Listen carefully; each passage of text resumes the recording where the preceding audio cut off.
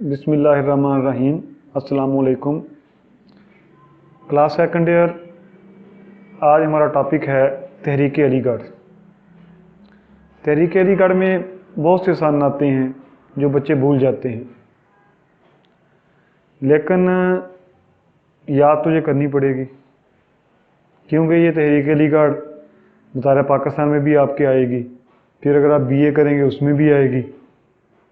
लेकिन इससे पहले कोई भी काम शुरू करने से पहले, टॉपिक पढ़ने से पहले 2 बार आप दुरूद शरीफ पढ़ेंगे तो इंशाअल्लाह अल्लाह ताला आपके जहन को खोल देगा और आपको आसानी से लेसन याद हो जाएगा। बिस्मिल्लाहिर्रहमानिर्रहीम। अल्लाहुम्मा सल्ली अला मुहम्मदिन व अला आलि मुहम्मदिन कमा सल्लैता अला इब्राहीम व अला आलि इब्राहीम इन्नका हमीदुम मजीद। अल्लाहुम्मा बारिक अला मुहम्मदिन व अला आलि मुहम्मदिन कमा बारकता अला इब्राहीम व अला आलि इब्राहीम इन्नका हमीदुम मजीद। अल्लाहुम्मा सल्ली अला मुहम्मदिन व अला आलि मुहम्मदिन कमा सल्लैता अला इब्राहीम व अला आलि इब्राहीम इन्नका हमीदुम मजीद। अल्लाहुम्मा बारिक अला मुहम्मदिन व अला आलि मुहम्मदिन कमा बारकता अला इब्राहीम व अला आलि इब्राहीम इन्नका हमीदुम मजीद। तहरीक अलीगढ़ आज हमारा टॉपिक है। तो तहरीक अलीगढ़ में सबसे पहले आपको पता है कि आपकी किताब में पस मंज़र लिखा हुआ है। पस मंज़र के आप 4 पॉइंट भी बना सकते हैं, 5 पॉइंट भी बना सकते हैं। तो पस मंज़र जब तहरीक अलीगढ़ की नाकामी हुई तो अंग्रेज़ों को बड़ी तकलीफ़ हुई। हिंदू बनियां चक्कर दे के, क्योंकि वो हुकुम था मुसलमानों के साथ शामिल, उसने देखा कि अब हमारी दाल नहीं गलती, तो वो फ़ौरन अंग्रेज़ की चापलूसी पे उतर आया। अंग्रेज़ हाकम के साथ मिल गया, क्योंकि उसे कोई फ़र्क नहीं पड़ता था। वो पहले भी महकूम था मुसलमानों का, अब वो महकूम हो गया अंग्रेज़ों का, तो उसके लिए कोई नई बात नहीं थी। लेकिन मुसलमान क्योंकि 712 से लेके 1857 तक तकरीबन 1000 साल उन्होंने हुकूमत की थी, तो अब अंग्रेज़ को ये पता था कि हिंदू को तो हम आराम कर लेंगे, क्योंकि वो पहले भी महकूम था, लेकिन मुसलमानों का प्रॉब्लम है।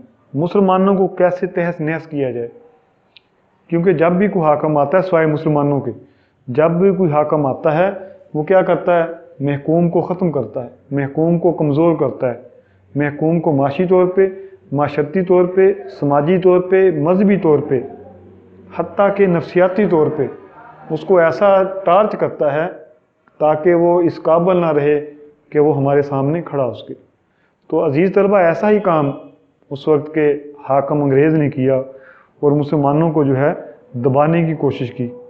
मुसलमानों को जो 1000 साल से हुकूमत के कायम करने वाले थे, उनको ख़त्म करने के लिए उसने कोशिश की। अब अगर हम 4-5 बातों को ही लिख लेंगे तो हमारा ये सवाल मुकम्मल हो सकता है। जागीरों की ज़ब्तगी।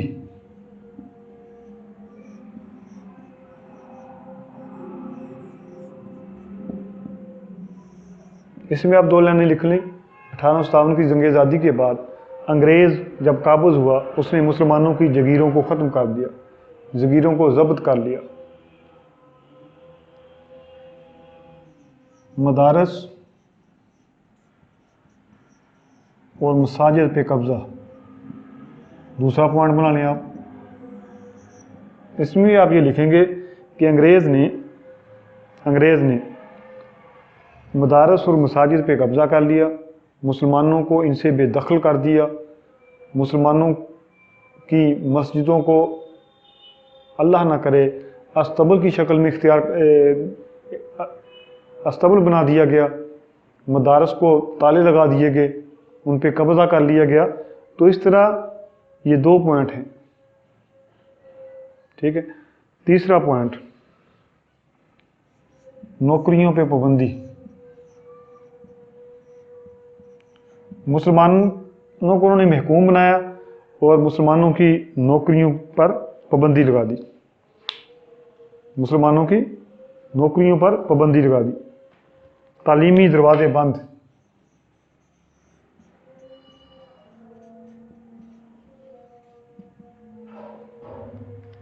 मुसलमानों के लिए तालीमी दरवाजे बंद कर दिए गए।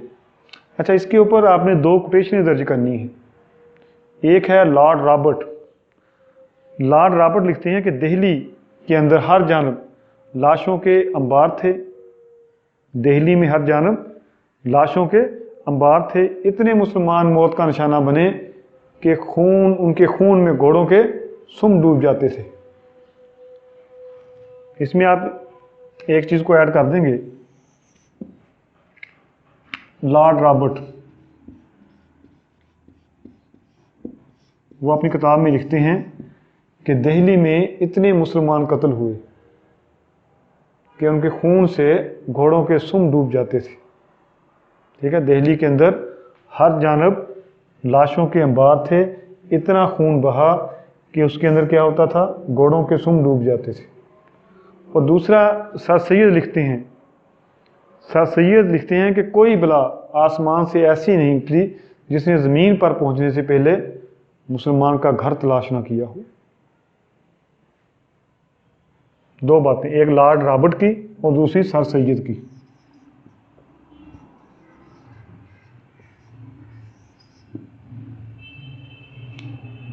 सर सैयद कहते हैं कि कोई बला आसमान से ऐसी नहीं उतरी जिसने ज़मीन पर पहुंचने से पहले मुसलमान का घर ना ढूंढा हो या घर ना तलाश किया हो। लॉर्ड रॉबर्ट कहते हैं कि दिल्ली में इतने लाशों के अंबार थे कि उनके खून से घोड़ों के सुम डूब जाते थे। अब इस बात से आप अंदाज़ा लगा लें कि मुसलमानों की कितनी बदतरीन हालत थी। मुसलमानों की माशरती, माशी, मजहबी और तालीमी हालत नागुफ्ता बह थी। ये मुसलमानों ने हमेशा ही फतूहात की हैं, सल्तनत उस्मानिया हो या सल्तनत मुगलिया हो, उन्होंने इलाके फ़तह किए हैं, लेकिन कभी तह तेग नहीं किया, लोगों को तंग नहीं किया, उनकी इबादत गाहों को तबाह नहीं किया। लेकिन अंग्रेज़ों ने यहाँ पे ये हालत की। असल में उनको ये खौफ था कि मुसलमान अगर ये दोबारा उठें तो कभी हमारे सामने ना खड़े हो सकें। और आज हमारी हालत ये है माशाल्लाह कि हम पढ़ते अंग्रेज़ी हैं, उनका जैसे बनने की कोशिश करते हैं, उन जैसा लिबास पहनने की कोशिश करते हैं, लेकिन तौर तरीके उन जैसे नहीं अपनाते। तो इस तरह आज तहरीक अलीगढ़ के पस मंज़र के बाद है सर सैयद अहमद की तलीमी खिदमत। मेरी कोशिश ये है कि मैं अकॉर्डिंग टू टॉपिक आपको पढ़ाता रहूँ ताकि जल्द अज जल्द जो है आपका सिलेबस ख़त्म हो जाए।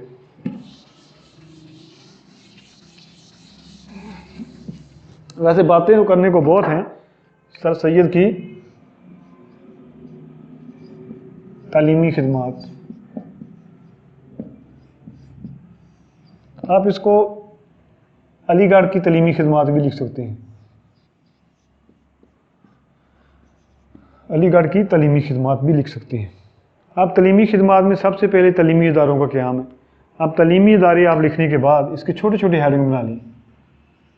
तलीमी इदारे एक आप हेडिंग बना लें। इसके तलीमी इदारों के बाद मुरादाबाद गाज़ीपुर, मुरादाबाद स्कूल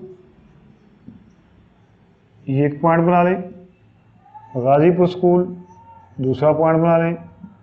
अब मुरादाबाद आपने 1859 में, मुरादाबाद 1859 में, मुरादाबाद में और गाजीपुर 1859 में स्कूल बनाया। इसके बाद साइंटिफिक सोसाइटी का क्याम, ये 1963 है। साइंटिफिक सोसाइटी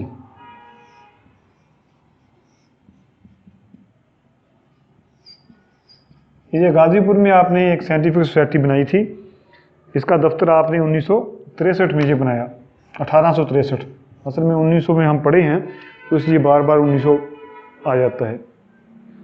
अब साइंटिफिक सोसाइटी का मकसद ये था कि इंग्लिश ज़बान की जो किताबें हैं उनको उर्दू में ट्रांसलेट करना ताकि उसको बरसगीर के लोग समझ सकें, और इंग्लिश ज़बान उर्दू ज़बान को इंग्लिश में ट्रांसलेट करना ताकि अंग्रेज़ समझ सकें। यानी कि दोनों को एक दूसरे के करीब लाना था, दोनों के एक दूसरे के करीब लाना था। इसके बाद आपने अलीगढ़ गज़ट का इफ्तिताह किया, अलीगढ़ गज़ट।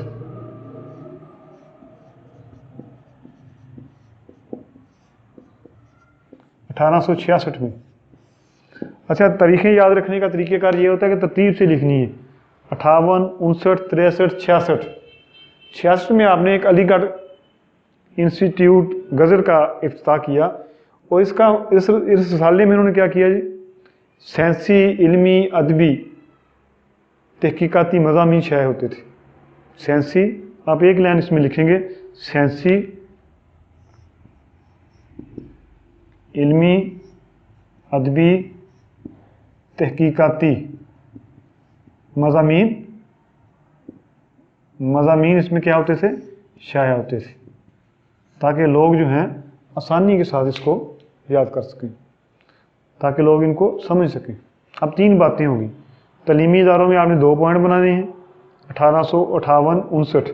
साइंटिफिक सोसाइटी 1863, इसमें उर्दू ज़ुबान का इंग्लिश में तर्जमा और इंग्लिश किताबों का उर्दू में तर्जमा, ताकि एक दूसरे को समझ सकें। इसके बाद अलीगढ़ गज़ट है 1866 में, इसमें साइंसी, इल्मी, अदबी, तहकीकाती मज़ामीन शाया होते ताकि वो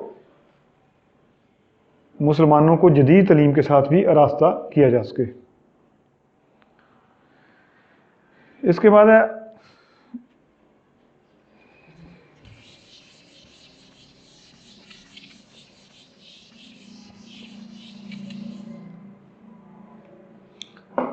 अंजुमन तरक्की मुसलमान हिंद।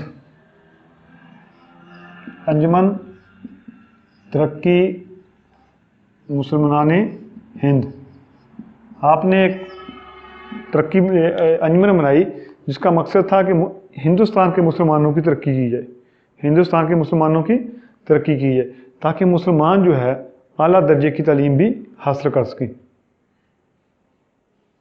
अब ये कब कायम की, 1870 में। इसका एक पॉइंट बना लें आप। अब इसमें आपने एक लाइन लिखनी, जो ऊपर पॉइंट है वही लिख देना है कि सर सैयद अहमद ख़ान ने ये चाहते थे कि हिंदुस्तान के मुसलमान तरक्की करें, इसलिए उन्होंने एक अंजुमन की बुनियाद रखी जिसका नाम था अंजुमन तरक्की मुसलमान हिंद, 1870 में कायम की। ठीक, इसके बाद है MAO high school, MAO high school. अब इसके मतलब 2 तरीके हैं कि इसकी बुनियाद जो है वो 1870 में रखी गई, वो इसका इफ्तिताह जो है 1875 में किया गया। दोनों डेटें आप लिख सकते हैं कि आपने एक हाई स्कूल की बुनियाद रखी जो 1870 में कायम हुआ, लेकिन उसका बाकायदा तौर पे इफ्तिताह जो है वो 1875 में हुआ। इसके बाद MAO college, MAO college 1877, MAO college 1877 कि आपने एक अलीगढ़ में एक कॉलेज बनाया जो 1877 में कायम किया, और ये बाद में जाके कि आप जी 1920 में यूनिवर्सिटी का दर्जा उसको मिला, जदीद निसाब तलीम।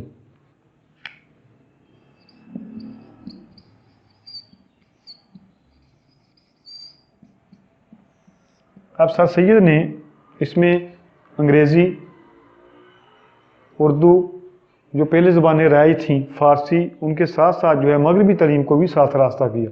अब इसमें आप एक लाइन लिखेंगे कि सर सैयद ने मुसलमानों की तालीमी बेहतरी के लिए, सर सैयद ने मुसलमानों की तालीमी बेहतरी के लिए जदीद निसाब की बुनियाद रखी। आप ये चाहते थे कि मुसलमान ना सिर्फ दीनी तालीम हासिल करें बल्कि जदीद तालीम भी हासिल करें। उसके लिए आपने मुख्तलिफ असातिज़ा कराम जिनमें आर्चबोल्ड, ठीक है, और दीगर अंग्रेज़ी असातिज़ा कलाम की खिदमत हासिल की। इसके बाद मोहम्मदन एजुकेशनल कॉन्फ्रेंस,